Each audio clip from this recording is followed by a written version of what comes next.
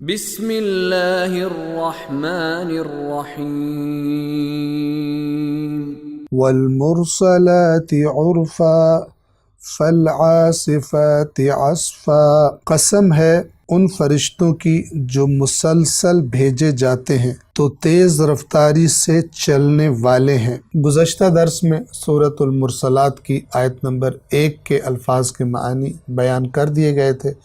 آیت نمبر 2 کے الفاظ کے معنی کی طرف توجہ فرمائیں۔ فالعاصفات عصفا، تو تیز رفتاری سے چلنے والے۔ توجہ فرمائیں، عاصفات کے بنیادی حروف ہیں عین، صاد اور فا۔ العصف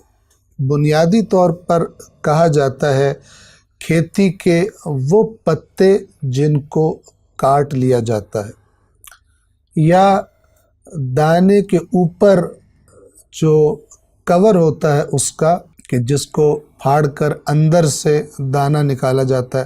اور بعد میں وہ جو کور ہوتا ہے اس کو آپ پتا کہہ لیجئے، وہ بعد میں بھوسے میں تبدیل ہو جاتا ہے، جانوروں کے کھانے کے کام بھی آتا ہے۔ قرآن مجید نے سورۃ الرحمن میں فرمایا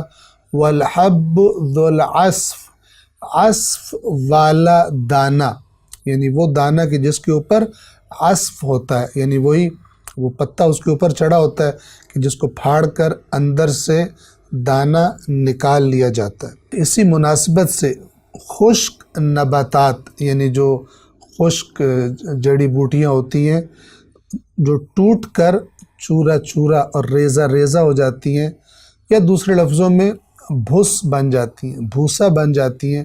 ان کو بھی عصف کہا جاتا ہے۔ آپ توجہ فرمائیں، سورۃ الفیل میں اللہ تبارک و تعالی نے جو ہاتھیوں کے لشکر پر ابابیل بھیجے، پرندے بھیجے، پرندوں کے جھنڈ بھیجے جنہوں نے کنکریاں برسائیں ان پر، تو وہاں پر فرمایا تھا فَجَعَلَهُمْ كَعَصْفٍ مَأْكُولٍ، تو ان کو یعنی ہاتھی والوں کو اس طرح بنا دیا جس طرح عصف مأکول، مأکول کھایا ہوا، اور عصف یعنی بھوسا، اس میں کوئی سختی نہیں ہوتی، وہ خود ہوائیں اس کو اڑائے پھرتی ہیں، لیکن مأکول بھوسے کو بھی جب چبا دیا جائے، کھایا ہوا بھوس جو ہوتا ہے وہ اور زیادہ اس کی حالت بری ہو جاتی ہے۔ تو اللہ نے وہاں پر فرمایا کہ ہم نے وہ ہاتھی والے جن کو اپنی طاقت پر بڑا ناز تھا اور وہ کعبے کو گرانے کے لیے اور مسمار کرنے کے لیے آئے تھے، ان کو ہم نے کھائے ہوئے بھوسے کی طرح کر دیا۔ پس عصف کا معنی واضح۔ توجہ فرمائیں، قرآن میں تیز ہوا، تیز چلنے والی ہوا کہ جو جہاں پر چلے وہاں پر موجود چیزوں کو توڑ پھوڑ کے رکھ دے، ریزہ ریزہ کر کے رکھ دے، اس کے لیے بھی یہی لفظ استعمال کیا گیا ہے، یعنی شدت کے ساتھ، شدید تیزی کے ساتھ چلنے والی ہوائیں کہ جو گویا کہ جہاں سے گزر جاتی ہیں تو جو تاثیر دکھانی ہوتی ہے، گویا جو کام ان کے ذمے ہوتا ہے وہ اس طرح سے کرتی ہیں کہ کوئی چیز ان کے اثر سے بچ نہیں پاتی۔ اور آپ کو یاد ہوگا ہم نے اس سورہ مبارکہ کے گزشتہ درس میں عرض کیا تھا کہ والمرسلات میں بعض لوگوں نے ہوائیں مراد لیا ہے بجائے فرشتوں کے،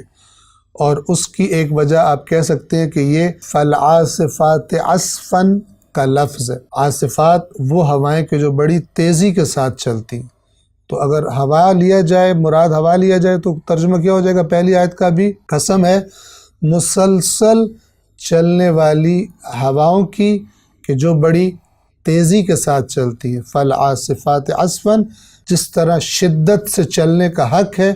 اس شدت کے ساتھ چلتی ہیں۔ لیکن ہم نے عرض کیا کہ ہم اس کا معنی ہواؤں والا نہیں لیں گے بلکہ فرشتوں والا لیں گے، اور اس کی وجہ اگلی آنے والی آیات ہیں کہ جب ہم وہاں پر پہنچیں گے تو واضح ہو جائے گا کہ زیادہ مناسب معنی یہی ہے کہ ہم جن چیزوں کی قسمیں کھائی جا رہی ہیں ان سے مراد ہم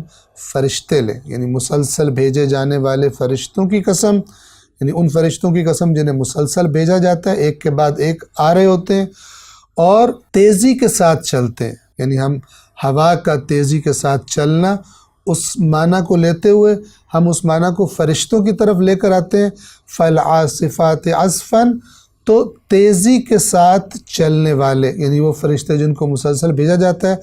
اللہ تبارک و تعالیٰ کی طرف سے، ان کی جو ذمہ داریاں لگائی جاتی ہیں ان ذمہ داریوں کو پورا کرنے کے لیے انتہائی شدت کے ساتھ اور تیزی کے ساتھ چلتے ہیں۔ بس ان دونوں آیات کا ترجمہ تکرار کرتے ہیں، والمرسلات عرفاً، قسم ہے ان فرشتوں کی جو مسلسل بھیجے جاتے ہیں، فالعاصفات عصفاً، تو وہ تیز رفتاری سے چلتے ہیں یا تیز رفتاری سے چلنے والے ہیں۔ السلام علیکم ورحمۃ اللہ وبرکاتہ۔